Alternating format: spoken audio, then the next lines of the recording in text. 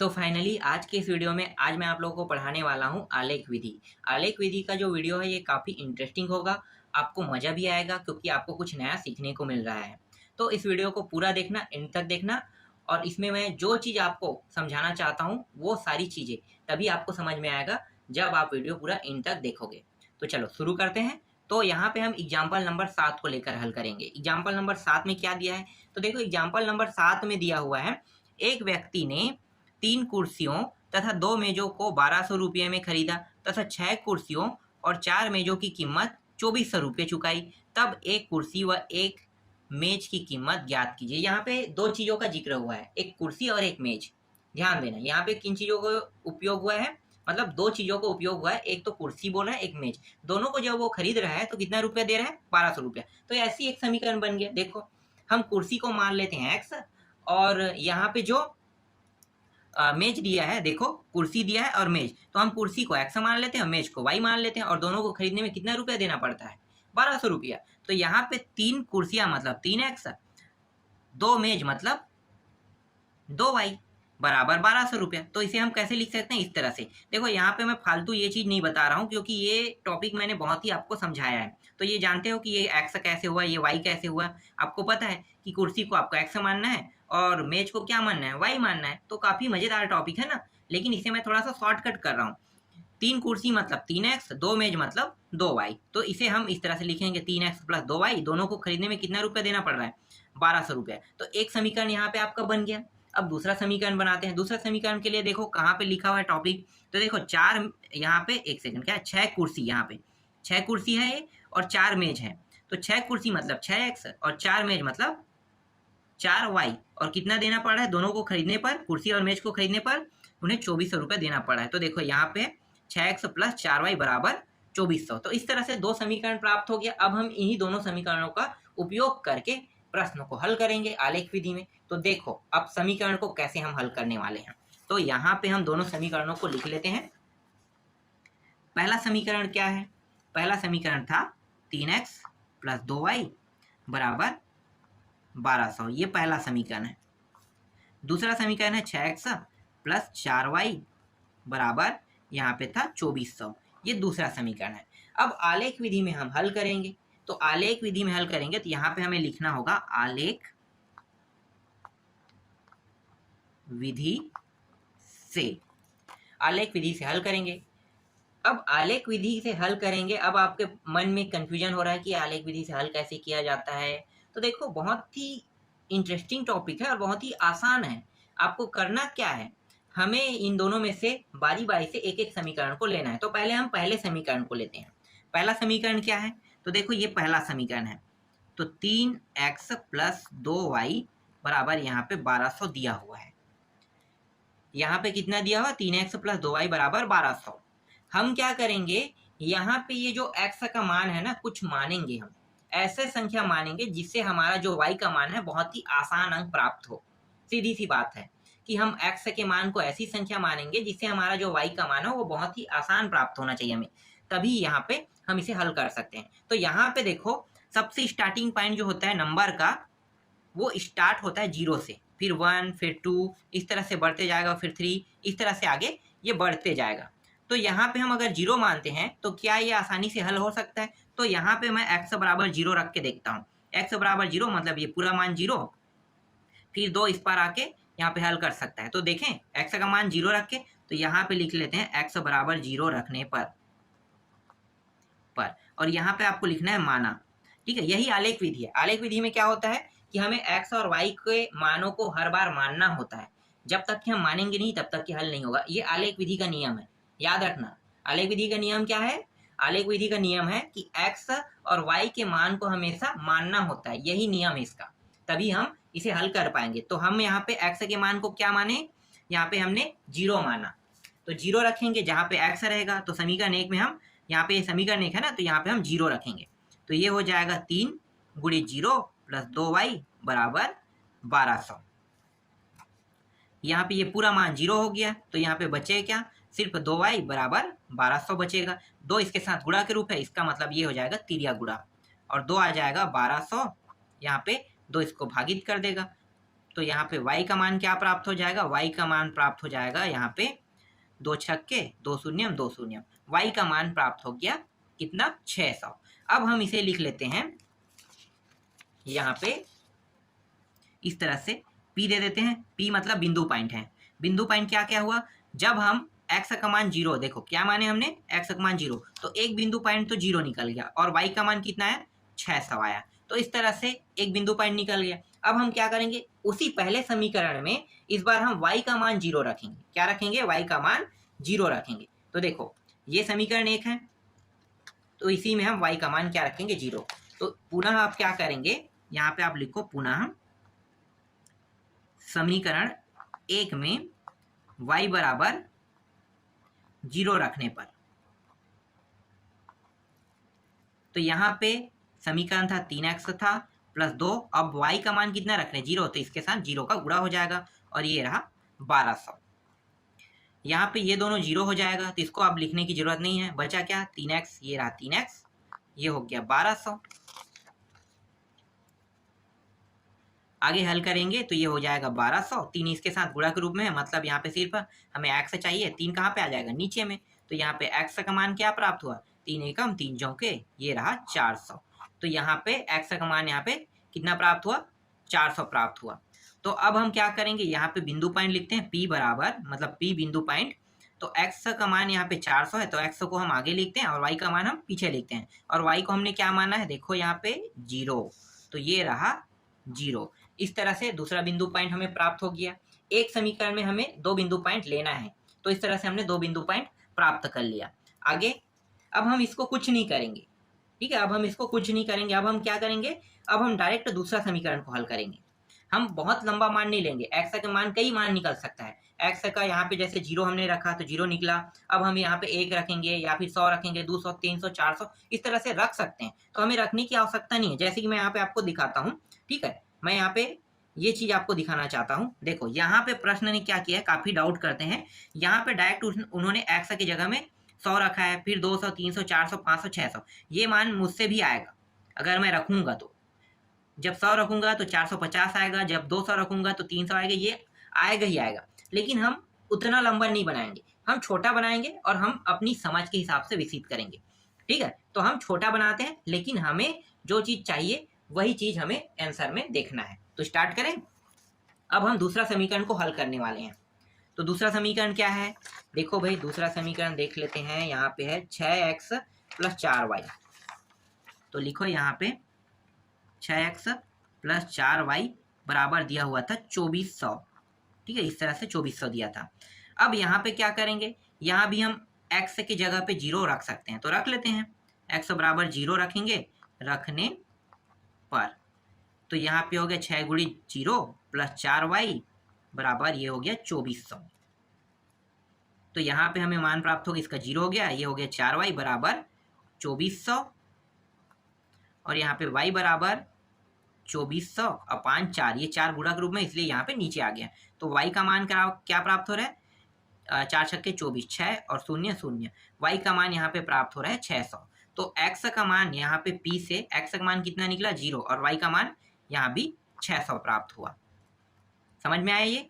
अब हम क्या करेंगे, यही जो दूसरा समीकरण है, इसमें हमें ये जो दूसरा समीकरण आपको दिखाई दे रहा है, इसमें अब हम y का मान रखेंगे। तो इस बार हम y के लिए मानेंगे, एक बार हमें x के लिए मानना होता है जब भी हम मान निकालते हैं, और दूसरी बार y के लिए मानना होता है। इस तरह से हम x y मानते मानते हम आगे बढ़ सकते हैं, जितना हम चाहे उतना बढ़ सकते हैं। तो इस तरह से हम x y के मान को मानते जा रहे हैं। तो इस बार हम कितना मानेंगे, y बराबर 0 रखने पर। एक बार हमने x को माना, दूसरी बार y को मान रहे हैं, तो चलो रखते हैं। तो यहाँ पे 6x प्लस 4 गुणित 0 बराबर 2400, यहाँ पे 6x हो गया और ये पूरा 0 हो गया, ये 2400, x बराबर 2400, और ये 6 इसके साथ गुणा ग्रुप है, इसका मतलब तीसरा गुणा ग्रुप में नीचे आ जाएगा। तो यहाँ पे हमारे पास x बराबर कितना हो जाएगा, 4 पंचे 20, 4 छक्के 24। ठीक है, 4 एक सेकंड, ये 6 था, 6 ये सॉरी ये 6 था ना, 6 चौक 24, तो यहाँ पे 400 प्राप्त हो गया। तो यहाँ पे बिंदु पॉइंट क्या निकल रहा है, यहाँ पे x का बिंदु पॉइंट 400 निकल रहा है, और y का बिंदु पॉइंट 0 निकल रहा है। अब हम क्या करेंगे, अब हम इन मानों के लिए आलेख का निर्माण करेंगे और आगे हल नहीं करेंगे। जैसे कि आपके प्रश्न में दिखाया है ना कि x का मान आप उन्होंने 100 निकाला है, 200 निकाला है, 300, 400, 500, 600 तक की उन्होंने किया है। हमें उतना लंबा करने की आवश्यकता नहीं है, हमें बस इतना ही करना था। जो चीज उन्होंने आंसर में लाया ना वही चीज हमें भी सिद्ध करना है। तो मैं वही चीज सिद्ध करके दिखा रहा हूँ। तो देखो मैं आप यहाँ पे सिद्ध करके दिखा रहा हूँ। यहाँ पे हम एक ग्राफ बनाते हैं, इस तरह से कर लेते हैं और इस तरह से हम ले लेते हैं। ठीक है, यहाँ पे हम इस तरह से कर लेते हैं। एक पॉइंट को यहाँ पे हम 100 अंक मानते हैं, इसको 200। हम इसलिए इसे इतना लंबा मान रहे हैं क्योंकि अगर हम 1, 2, 3 रखेंगे ना तो ग्राफ बहुत बड़ा होगा। इतना बड़ा हमारे पास पेपर नहीं है, इसलिए हम क्या करेंगे, इसके पैमाना मान रहे हैं 100 अंक एक पॉइंट को मानते हैं। तो यहाँ पे पैमाना जो है एक पॉइंट का 100 अंक है। तो 100 चल रहा है, यहाँ पे 3 चल रहा है, 300, ये 400, फिर ये 500 और ये रहा 600। ठीक है, तो ये इस तरह से हम मान रहे हैं। थोड़ा सा इसे मैं छोटा कर लेता हूँ जिससे आपको अच्छे से दिखाई दे। अब वाई सीरीज में जाओ तो इसको भी हम 100, 200, ये 300, 400, ये 500 और यहाँ पे 600 देते हैं, यहाँ तक के गए। ठीक है, तो 600 तक के हम यहाँ पे ले लेते हैं और मान प्लस में प्राप्त हो, यहाँ भी मान लो। ठीक है, कुछ रख लेते हैं, 100 माइनस में 200 माइनस में 300, ये रहा माइनस में, यहाँ भी माइनस में ले लो, 100 माइनस में 200 माइनस में 300 माइनस में, इस तरह से। अब हम सभी के बिंदु पॉइंट को देखेंगे, क्या क्या बिंदु पॉइंट प्राप्त हुआ है। तो देखो x का क्या क्या बिंदु पॉइंट प्राप्त हुआ है, हम इसे दोनों को अलग अलग कर लेते हैं। यहाँ पे x लिख लेते हैं, यहाँ पे y, x y के बिंदु पॉइंट को सभी को रख लेते हैं। तो देखो जब हम पहले समीकरण को हल कर रहे थे तो पहले समीकरण से हमें यहाँ पे बिंदु पॉइंट प्राप्त हुआ था 0, 600। ये 0 जो है x का है और यहाँ पे 400 जो है ये x का है। और यहाँ पे, यहाँ एक सेकंड आपको दिखाई दे रहा है, यहाँ पे देखो ये पहला बिंदु पॉइंट प्राप्त हुआ है x और y, तो 0 और 600 लिखो यहाँ पे, x y 0 और यहाँ पे 600 प्राप्त। जब हमने 0 रखा तो हमारा y का मान 600 आया। और जब हम y के मान को 0 रखते हैं, देखो यहाँ पे मैं आपको दिखा रहा हूँ, y का मान जब हमने यहाँ पे 0 रखा तो हमारा x का मान कितना है, 400। तो यहाँ पे आपको लिखना है, इसको जब 0 रखते हैं तो y का मान प्राप्त हुआ 400। इस तरह से ये एक समीकरण का हमें प्राप्त हो गया बिंदु पॉइंट, ये रहा। अब दूसरे समीकरण का बिंदु पॉइंट देख लेते हैं। तो दूसरे समीकरण के बिंदु पॉइंट को भी इसके पीछे ही ऐड करेंगे और कहीं पे ऐड नहीं करेंगे, तो इसके पीछे ऐड कर देते हैं। चलो मैं थोड़ा सा बड़ा कर देता हूँ इसे, ये इसके साथ अटैच हो रहा है, थोड़ा छोटा कर लो इसको। ठीक है, थोड़ा सा एडजस्ट करना है आपको क्योंकि यहाँ पे मैं थोड़ा बड़ा बड़ा लिख रहा था, इसलिए आपको यहाँ पे थोड़ा दिक्कत हो सकता है। ठीक है, लेकिन आपको समझा रहा हूँ, मैं आपको समझा ही दूंगा किसी भी कंडीशन में। अब आगे देखो, यहाँ पे जब हम दूसरा समीकरण को हल कर रहे थे ना, ये दूसरा समीकरण है, तो हम x बराबर क्या माने, 0। तो फिर हम यहाँ पे लिखेंगे दूसरा समीकरण के लिए। एक काम करते हैं, इसके लिए दूसरा डिब्बा बनाते हैं, क्योंकि दोनों अलग अलग रेखा है तो ज़्यादा अच्छा होगा कि अलग अलग समझो इसको। तो इसके लिए दूसरा डिब्बा रखो, x और y, तभी ये दोनों एक साथ मैच हो सकता है। तो यहाँ पे x का मान हमने जब 0 रखा तो हमारे पास y का मान कितना प्राप्त हुआ, 600 प्राप्त हुआ। और जब हम y का मान 0 रखते हैं तो इसका मान कितना प्राप्त हुआ, 400 प्राप्त हुआ। इस तरह से मान प्राप्त हुआ। ये पहला समीकरण का है, ये दूसरा समीकरण का है। ठीक है, दोनों को अलग अलग आप यहाँ पे अच्छे से लिख लेना। अगर ग्राफ विधि का उपयोग करोगे ना तो यहाँ पे आप इस तरह से पहले ग्राफ के ऊपर, यहाँ पे मैंने पहले ही डायरेक्ट ग्राफ बना दिया है, तो आप इन दोनों को पहले यहाँ पे लिख लेना, इसके बाद ग्राफ बनाना, फिर ग्राफ में अब इन मानों को रखना। पहले समीकरण के लिए हम ग्राफ बना रहे हैं, तो पहले समीकरण का जो रेखा है वो कैसे रहेगा। तो देखो पहले हमें कहाँ पे देखना है, x में 0, ये रहा 0। अब 0 के बाद कितने पॉइंट चढ़ाइए, y में 600 पॉइंट, तो ये रहा 600 पॉइंट है। ठीक है, एक बिंदु पॉइंट यहाँ पे बन रहा है डायरेक्ट यहाँ पे, क्योंकि ये 0 पॉइंट है तो 0 जो है ये इस तरह से जाएगा, लेकिन ये 600 तक के गया, ये रहा। तो यहाँ पे एक बिंदु पॉइंट मिला।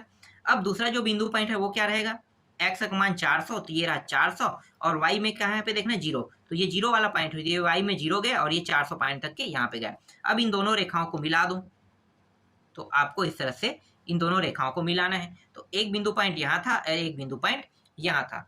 अब हमें किसमें देखना है, अब हम दूसरा समीकरण के मान को लेंगे। दूसरा समीकरण का मान क्या है, यहाँ पे देखो 0 है x का मान, तो ये रहा 0, और y का मान 6 है, तो यहीं पे आ रहा है।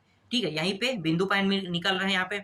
फिर यहाँ पे देखो 400 x का मान और y का मान 0 है, तो यहाँ पे 400 आ गया, ये रहा, और y का मान क्या था, 0 था, तो यहाँ पे 0 था, तो ये y का मान 0 और x का मान 400, तो यही रेखा हमें इसमें भी प्राप्त हो रहा है। तो देखो मैं आपको क्या समझाना चाहता हूँ, आपके एग्जाम्पल में यहाँ पे देखो आपको कंफ्यूज कर सकता है एग्जाम्पल, थोड़ा ध्यान देना।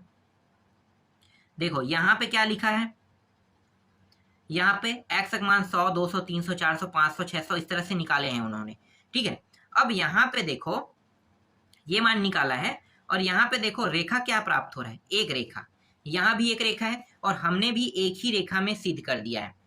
बस अंतर इतना है कि आपके जो बुक के जो एग्जाम्पल है उन्होंने x की वैल्यू अलग अलग माना है, हमने अलग माना है, लेकिन हम साबित वही कर रहे हैं जो ये साबित करना चाहता है कि ये जो है ना अनंत अनेक हल है, ये साबित करना चाह रहा है। मैं भी यही कह रहा हूँ कि ये अनंत अनेक हल है। क्यों? क्योंकि दोनों रेखाएं जो है आपस में मिला हुआ है। अभी आपने देखा ना, दोनों रेखाएं क्या है, आपस में मिला हुआ है। पहली समीकरण का रेखा भी यही इसी में मिल रहा है, और दूसरी समीकरण का रेखा भी इसी में मिल रहा है। इसका मतलब क्या है, इसका मतलब ये है कि ये जो ग्राफ है ये क्या है, अनंत अनेक हल है, अनंतः अनेक हल है। समझ में आ गया? x की कई वैल्यू प्राप्त हो सकता है, इन्फिनिटिव। अनंत अनेक हल का मतलब क्या होता है, x की अनंत वैल्यू प्राप्त होगी, और साथ ही साथ y की भी अनंत वैल्यू प्राप्त होगी। इसी को हम कहते हैं अनंत अनेक हल कहते हैं। यहाँ पे देखो आपको बताया होगा, यहाँ पे वही चीज आपको समझाने के लिए यहाँ पे देखो ये पूरा टॉपिक देखो, अनंत अनेक हल है, यहाँ पे बोला ये देखो मान है, तो x की कई वैल्यू प्राप्त हो सकते हैं इस तरह से। तो मैं जब प्रश्नावली आपको एक पढ़ा रहा था उस समय मैंने अनंत अनेक हल वाले जो ग्राफ है उसको बताया था। अगर दो रेखाएं समांतर चली जाती है तो दोनों रेखाएं आपस में कहीं भी टच नहीं करते, इसका मतलब कोई हल नहीं है, ये भी मैंने बताया था। अगर दो रेखाएं आपस में एक दूसरे को प्रतिच्छेद करती, तो जो जिस बिंदु पॉइंट में प्रतिच्छेद करती वहां पे एक्स वाई का मान निकलता है, उसे हम क्या कहते हैं, उसे हम कहते हैं अद्वितीय हल कहते हैं। तो यहाँ पे ये जो 7वां प्रश्न है इसमें क्या प्राप्त हुआ है, दोनों रेखाएं आपस में एक साथ मिला हुआ है, इसका मतलब अनंत अनेक हल है। अगर आपको ये वीडियो समझ में नहीं आ रहा है तो इस वीडियो के कमेंट में एक लिंक है, उसको देखना, वहां से आपको 100% ना प्रश्न समझ में आ जाएगा। तो इस तरह से प्रश्नों को बनाया जाता है, बहुत ही आसान है, इंटरेस्टिंग है। अगर आपको और भी प्रश्न इससे बनाना है तो आप प्रश्नावली के प्रश्नों को हल करके देख लेना, मैं जो बता रहा हूँ वो 100% सिद्ध हो ही जाएगा। तो इस तरह से आपका आलेख विधि कंप्लीट हुआ।